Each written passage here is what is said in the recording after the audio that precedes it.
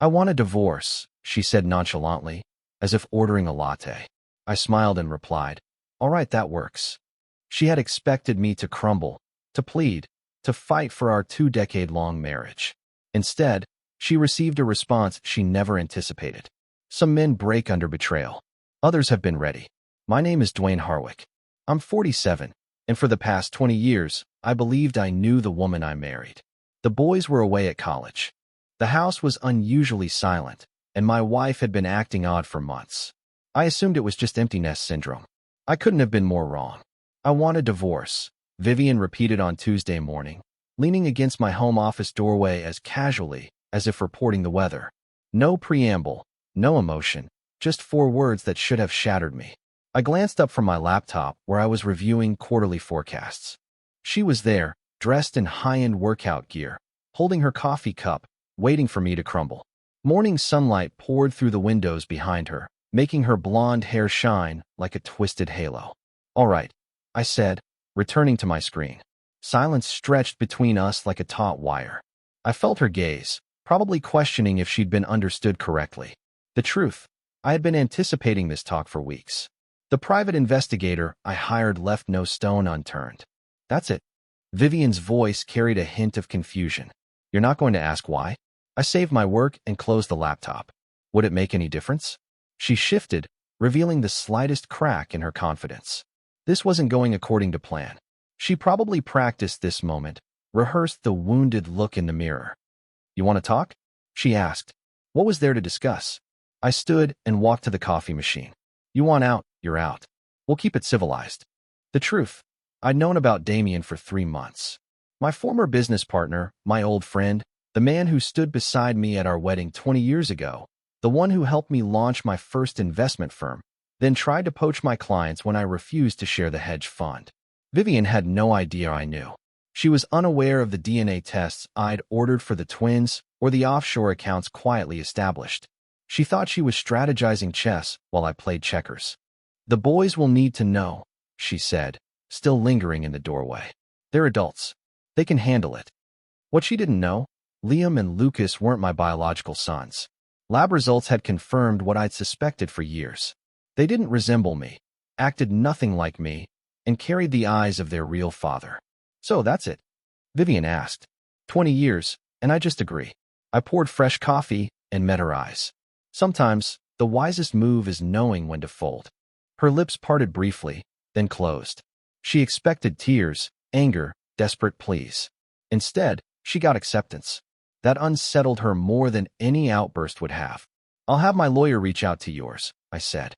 "We'll divide everything fairly." She nodded slowly, still confused. "Okay, I guess I'll start looking for a place." "Take your time." After she left, I returned to my laptop. Calls to make, plans to finalize. In exactly 4 weeks, Vivian would realize how meticulously I had prepared for this. The boys called that evening, as usual on Tuesdays. Liam first, his voice full of youthful energy. "Hey Dad, how's it going at home?" I was in my study, reviewing the forensic accounting files my team had compiled. 23 offshore transactions over 2 years, all tied to Damien Cross. "Your mother and I have news," I said, setting aside the documents. "We're divorcing." Silence. Then Lucas spoke up. "What?"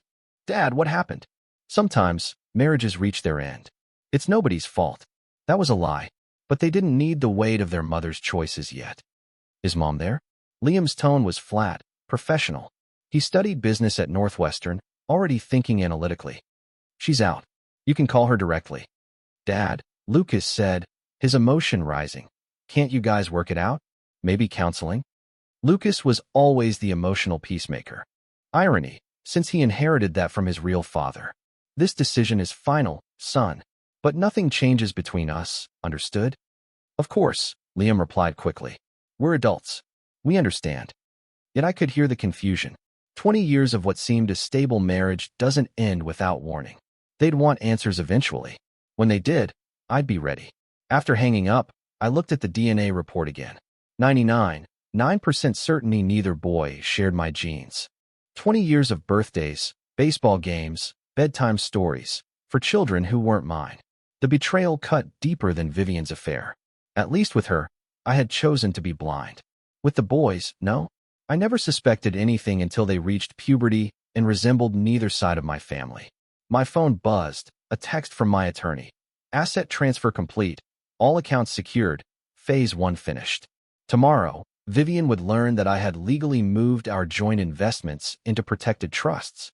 It wasn't theft, everything was documented and legitimate. But she had lost access to the funds she had been quietly siphoning to fund her new life with Damien. The house felt different now, like a stage stripped bare after the audience had left. I walked through rooms filled with 20 years of memories, most of them illusions. Family photos on the mantel captured staged moments of happiness. Tomorrow, I would start looking for an apartment, modern, minimal, free of emotional baggage, somewhere I could begin again with someone who actually wanted to be there. My phone rang. Vivian's number. The boys called, she said without preamble. They're upset. They'll adjust. You could have let me explain it my way. Your way involves more lies. They've had enough of those. She paused. What's that supposed to mean? Nothing. I'll be working late tonight. Don't wait up. Dwayne, what's gotten into you? This isn't like you. She was right.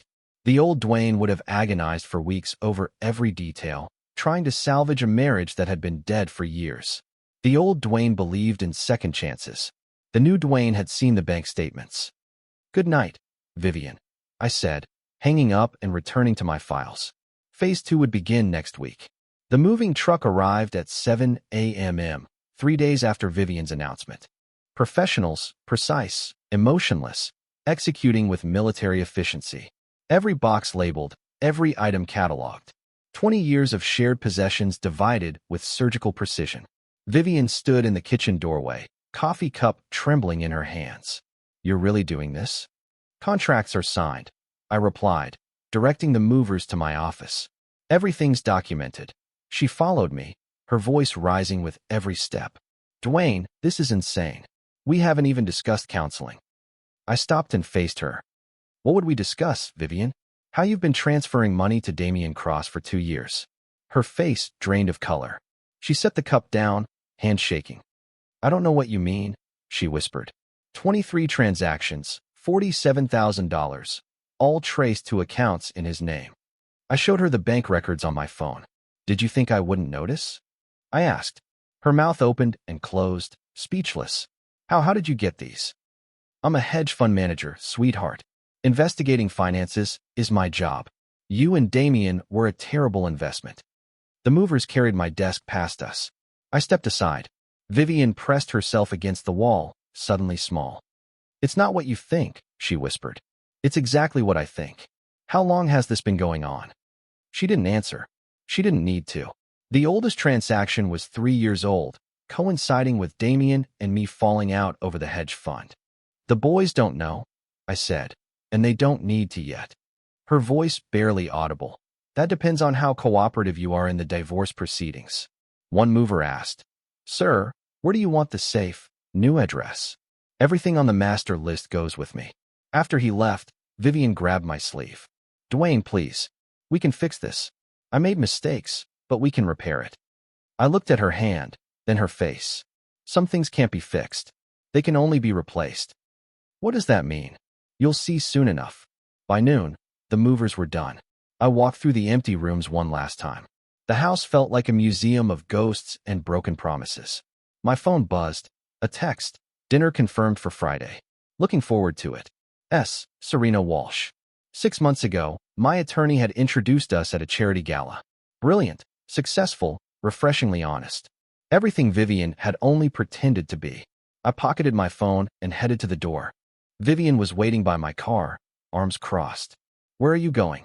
To start over. With who? I rolled down the BMW window. Someone who values truth. As I drove off, I saw her in the rearview mirror, alone in a driveway soon to be all she had left. The penthouse apartment overlooked the city like a watchtower. Floor-to-ceiling windows, sleek modern furniture, not a single photograph from my previous life. I had chosen everything myself. Black leather, steel fixtures, clean lines, designed for function over sentiment. Serena arrived at 7 sharp, carrying a bottle of wine and a smile that reached her eyes. She was everything Vivian wasn't. Punctual, genuine, professionally accomplished. This place is incredible, Serena said, placing the wine on the granite countertop. You have excellent taste. I had strong motivation, she laughed, a sound I'd almost forgotten. How are you holding up? Better than expected. Want the grand tour? We walked through the apartment, and I began seeing it through her perspective. The home gym where I released frustration, the office with dual monitors streaming real-time market data, the bedroom with a skyline view. It's very masculine, she said diplomatically. Intentionally, I replied. We settled on the couch with our wine. Serena studied me with the focus of someone skilled in reading people. She ran a consulting firm specializing in corporate restructuring. She understood calculated decisions. How did your wife handle your rapid relocation? About as expected. She's realizing I'm not the pushover she married. Men change when they stop tolerating unacceptable behavior, she said. It shocks everyone around them. My phone buzzed. A text from Lucas. Dad, can we see your new place this weekend? I showed Serena. The boys want to visit. How do you feel? Complicated. They're great kids, but they're not mine. She raised an eyebrow. DNA test confirmed it last week. 20 years of fatherhood built on a lie. She set down her wine glass. That must be devastating. It was. Now it's just information. Will you tell them? Eventually. For now, they need stability. Learning their mother lied, and their father isn't really their dad, might be too much for one semester. She nodded thoughtfully. You're protecting them from the consequences of their mother's choices. Someone has to be the adult. We talked until midnight, about business, life, and the difference between what people claim to want versus what they choose. Serena didn't need saving, fixing, or completing. She was already whole. When she left, she kissed my cheek. Thank you for a lovely evening. Thank you for being exactly who you are. After she left, I stood by the window, gazing at city lights. Out there, Vivian was probably calling Damien, telling him about the bank records and moving truck. Let them panic. I spent 20 years building on someone else's foundation. Now I built on bedrock, truth, preparation, and knowing some people earn loyalty while others exploit it. My phone rang. Vivian's number. I let it go to voicemail. Monday morning brought the call I'd been expecting. Panic in her voice. Dwayne, what did you do? I can't access our investment accounts. I sipped my coffee, watching the sunrise through penthouse windows. Nothing illegal. Everything's in protected trusts. Protected from what? From you. Silence. Then her voice changed. Real fear. You can't do this. This is my money too. Actually, it's not. Check the paperwork. All major investments used my hedge fund and my capital. Your name was for household convenience. 20 years of marriage matters legally. So does adultery. So does theft. So does fraud. I heard her inhale sharply. I never stole anything. $47,000 in unauthorized transfers disagrees with you. My lawyer had been meticulous. Every transaction Vivian made to support Damien's lifestyle was documented, categorized, and legally classified as misappropriation of marital assets. I'm calling my attorney. Good idea, she said. Tell him to review the prenuptial agreement. Section 7 covers adultery clauses. She hung up. An hour later, my phone rang again. Damien Cross. Dwayne, we need to talk. No, we don't. This is bigger than hurt feelings. You're destroying lives. I laughed, dry and humorless. Destroying lives? That's rich, coming from you. Look, what Vivian and I have is real. We didn't plan for it. You didn't plan to get caught. There's a difference. We can work this out. There was enough money for everyone. There had been enough before you started taking it. How will you pay me back? With what? Your consulting firm is bankrupt. I've seen your books. The line went silent. Damien had no idea how thoroughly I'd examined his finances. His business had survived on cash infusions from my wife. That pipeline was now permanently shut. You're making a mistake, he said finally. The only mistake I made was trusting a snake. I ended the call and blocked his number. Let them panic. Let them scramble to figure out their next steps. I had work to do. My assistant knocked. Mr. Holloway, Serena Walsh is here for your lunch meeting. Send her in. Serena entered with her usual confidence, wearing a navy suit that meant business, yet her smile was warm and genuine. You look pleased with yourself, she said. Good morning to you too. Yes, I am. Care to share? Vivian discovered her new financial reality today. How did she take it? About as well as a child learning Santa Claus doesn't exist. Serena sat across from my desk, legs crossed elegantly. And how are you feeling about all this? Relieved. For the first time in years, I know exactly where I stand. Free.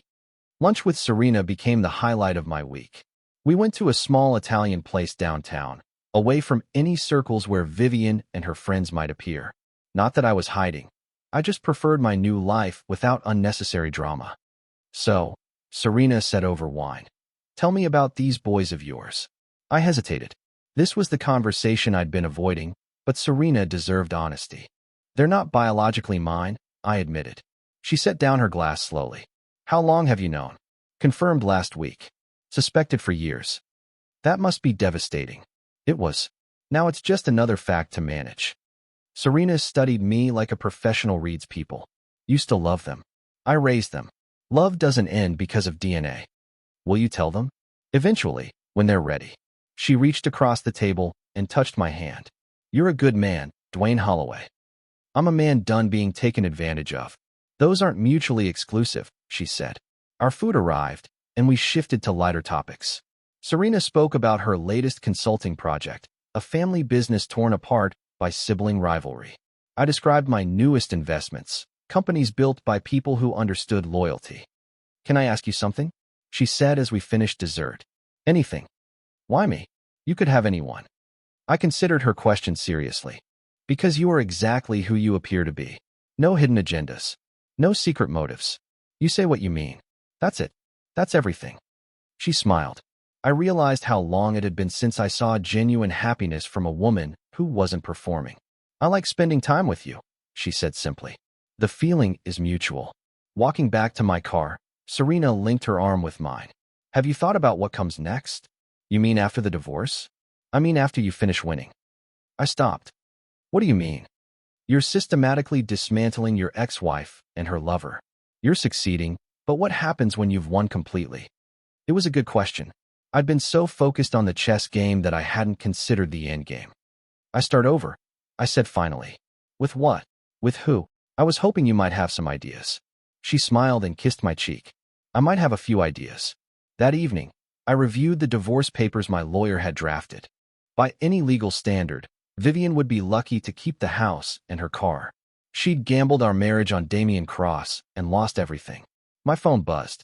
A text from Liam. "Dad, can we call tonight? Lucas and I have been talking." I stared at it, wondering what they had discussed. Whatever it was, I'd handle it with truth, preparation, and the understanding that some conversations can't be avoided forever. Friday evening arrived perfectly. I was setting the table when Serena arrived, carrying flowers and wearing a dress that made the penthouse feel like home for the first time. "These are beautiful," I said, taking the bouquet. "I thought your new place could use some life," she replied, kissing my cheek. We were opening wine when my doorman called. "Mr. Holloway, your wife is here. She says it's urgent. Send her up." Serena raised an eyebrow. "Should I leave?" "Absolutely not. You have every right to be here." The elevator opened. Vivian stepped out, looking as if she hadn't slept in days. Wrinkled clothes, desperate eyes replaced her usual perfect appearance. She stopped short when she saw Serena. "Who is this?" Vivian demanded. "This is Serena Walsh," I said calmly. "Serena, my ex-wife, Vivian." Serena extended her hand gracefully. "Nice to meet you." Vivian ignored it, staring at me instead. "We need to talk privately," she said. "Whatever you need to say, you can say it in front of Serena." "This is inappropriate. We're still married. Only on paper, and not for much longer." Vivian's eyes darted around my apartment, taking in the expensive furnishings, the city view, and all the proof of a life she hadn't been invited to share. "How can you afford this place?" she asked. "The same way I afforded our old life." "By working?" "I mean, without me. We built everything together." I almost laughed. "You contributed what exactly?" "Spending money I earned while sleeping with my former partner." She flinched as if I had struck her. "That's not fair." "Fair would have been honesty. Fair would have been faithfulness. This is justice." Serena moved closer, not possessively, but supportively. The contrast between the two women was striking. Serena confident and self-possessed, Vivian desperate and grasping. "I can explain about Damien," Vivian said. "No need. I have bank records, hotel receipts, and recorded calls. Your explanation is irrelevant. Recorded calls. Her voice rose an octave. I told you I investigate investments. You and Damien were very bad investments. Vivian's composure finally shattered. You can't do this to me. I have rights. You had rights. You forfeited them when you chose theft and adultery. She looked at Serena with pure hatred. And you're just going to stand there while he destroys a 20-year marriage? Serena's response was calm and measured. I'm standing with a man who refuses to accept unacceptable behavior. That's admirable, not destructive. Vivian turned back to me. The boys will never forgive you for this. They will understand when they are old enough to hear the whole truth. What truth? I met her gaze steadily. All of it. Something in my tone made her step back. She knew about the DNA tests. I could see the understanding in her expression. You need to leave now, I said. Serena and I have dinner plans. Saturday afternoon brought the call I'd been both expecting and dreading. Liam's voice was tight with confusion and anger. Dad, we need to talk. Lucas and I drove home last night. How's your mother? She's been crying for 2 days. She told us about your new girlfriend. I walked to the window, looking out at the city while choosing my words carefully. Serena is someone I care about. Your mother and I are divorced. The papers aren't even filed yet, Lucas interjected, on speaker. The marriage ended months ago. The paperwork is just formality. She says you're trying to take everything from her. I'm protecting what I built. There's a difference. This isn't like you, Dad. You're acting like a completely different person. I sat down heavily. These boys had been my sons for 19 years. Biology notwithstanding. They deserved some version of the truth. Sometimes people show you who they really are, and you have to decide whether to accept it or protect yourself. What does that mean? Lucas asked. It means your mother made choices that ended our marriage. I'm dealing with the consequences.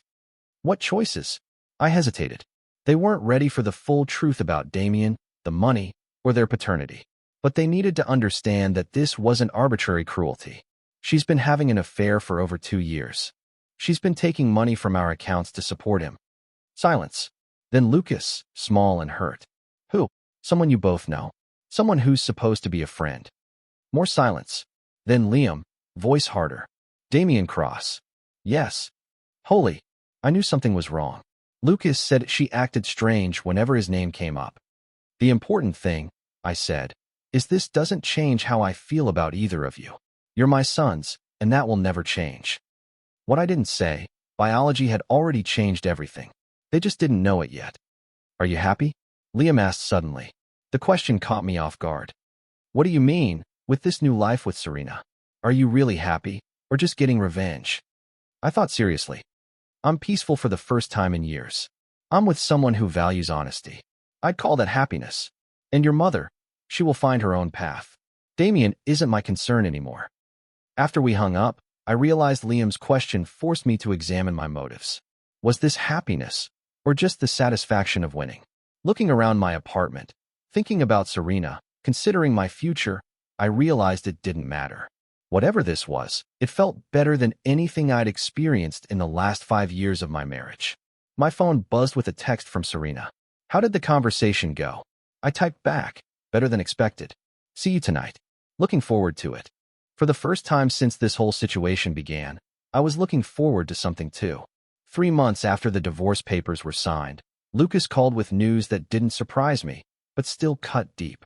Dad, I need to tell you something. Liam and I talked for a long time and made a decision. I was sitting in my office, watching the city wake through the tall glass windows. Serena sat across from me, going over the contracts for her newest consulting job. She'd been spending more time at my place lately, and it felt right. What kind of decision? I asked. Liam wants to live with you. He's done with all the chaos at home, done with Mom's lies, done with Damien pretending he belongs there. My chest tightened. And you? I asked. I'm staying with Mom. Someone has to look out for her. Lucas had always been the one trying to fix things, even when the problems weren't his to solve. Son, you don't owe your mother anything. She made her choices. I know, he said softly, but she's still my mom. And Liam, he's furious. He says things that scare me. I understood Liam's anger. I'd felt it myself. Finding out your whole life was built on lies tends to do that. What kind of things? I asked. He wants you to tell everyone about the DNA test. He wants Damien exposed. He's even talking about changing his last name. Serena looked up, eyebrows raised. The family drama had been a steady background hum in our relationship. And what do you think? I asked Lucas. I think Liam has the right to be angry. We both do. But I also think Mom needs someone who doesn't hate her. That was Lucas, always trying to save everyone, even those who didn't deserve saving. Your brother can move in whenever he wants. The guest room's ready. What about college? Money? He asked. Nothing changes. You're both still my sons. You'll always be provided for. After the call, Serena put down her papers. How do you feel about all this? She asked. Liam's making the right choice, I said. Lucas is making the loyal one. And you? She pressed. I'm accepting that some people choose truth and others choose comfort. That evening, Liam showed up with 2 suitcases and 2 decades of anger. He looked older, tougher, like someone who'd finally made up his mind. Thanks for letting me stay, he said, setting down his bags. This is your home now, I told him. No, he said firmly. This is your home. You earned it. The other one was built on lies. We sat in the living room, and I looked at this young man who shared no DNA with me, but somehow carried my principles. What do you want to do about Damien? I asked. I want him ruined, financially, professionally, personally. That's a dangerous road, I warned. He destroyed our family. He stole from you. He lied to me for years. I understood his fury, but I also knew what revenge costs. What if I told you I already have everything I need? A new life, a new relationship, peace. What if the best revenge is just being happy? Liam's eyes held more understanding than any 19-year-old should have. Then you're a better man than I am, he said. You'll get there, I told him. Anger's just a starting point, not the destination. What about Lucas? He asked. Lucas made his choice. We respect that, even if it wasn't ours. There's no wrong choice when you're trying to love your family, he said quietly. Liam nodded, then hesitated. Do you ever regret raising us, knowing we weren't really yours? I looked at him. This boy who'd chosen truth over comfort, honesty over illusion. Never. Not for a single day. 6 months later, I watched Serena getting ready for the charity gala. She moved through the apartment like it was her own, because it was. You look stunning, I said, fixing my tie. You clean up nicely yourself, she teased, kissing my cheek. Liam stepped out wearing the tux I'd bought him. At 19, he carried himself with the same confidence I'd had at that age. Focused, determined, unwavering. Ready? He asked. Almost. You sure you want to come? It'll be dull business talk. I want to learn, he said. Besides, someone's got to keep an eye on you. The gala was exactly what I expected. Rich people patting themselves on the back while writing tax-deductible checks. But with Serena and Liam there, it felt real, not performative. Halfway through dinner, my phone buzzed. A text from Lucas. Saw the photos online. You all look happy. Miss you. I showed Liam, who sighed. I miss him too, he said. But he made his choice. The door's always open, I reminded him. I know, he said softly. He knows too. Later, I saw Vivian across the room with Damien. They looked like they were trying too hard. Her dress elegant but desperate, his smile tight and empty. Don't look now, I murmured to Serena, but my ex-wife just arrived. Serena glanced over. She looks smaller, she said. She was right. The woman I'd married decades ago had been radiant, confident. This version seemed unsure of her place. Should we leave? Liam asked.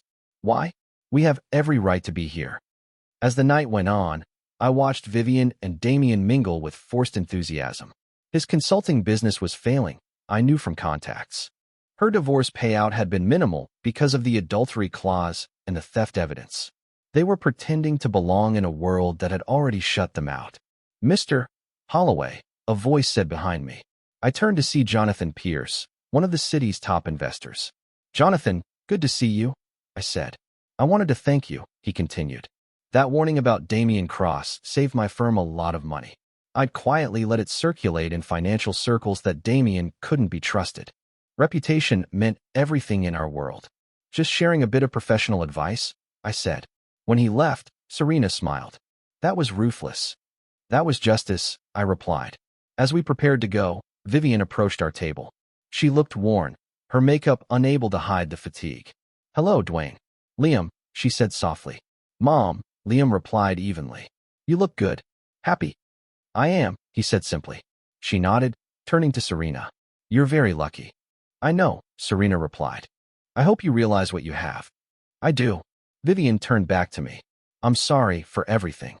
I studied her face. No manipulation, no act. Just remorse. I appreciate that, I said. Are you happy? She asked. The same question Liam had asked months before. My answer hadn't changed. Yes, I am. She nodded once and walked away. Driving home with Serena and Liam, I thought about how completely life had turned. The family I had was chosen, not inherited. The love was real, not performed. The success, earned and secure. So, Serena said as we walked in, when are you going to ask me to marry you? Liam laughed, and I realized that was answer enough. Some foundations crumble under pressure. Others grow stronger. This time, mine was built on solid ground.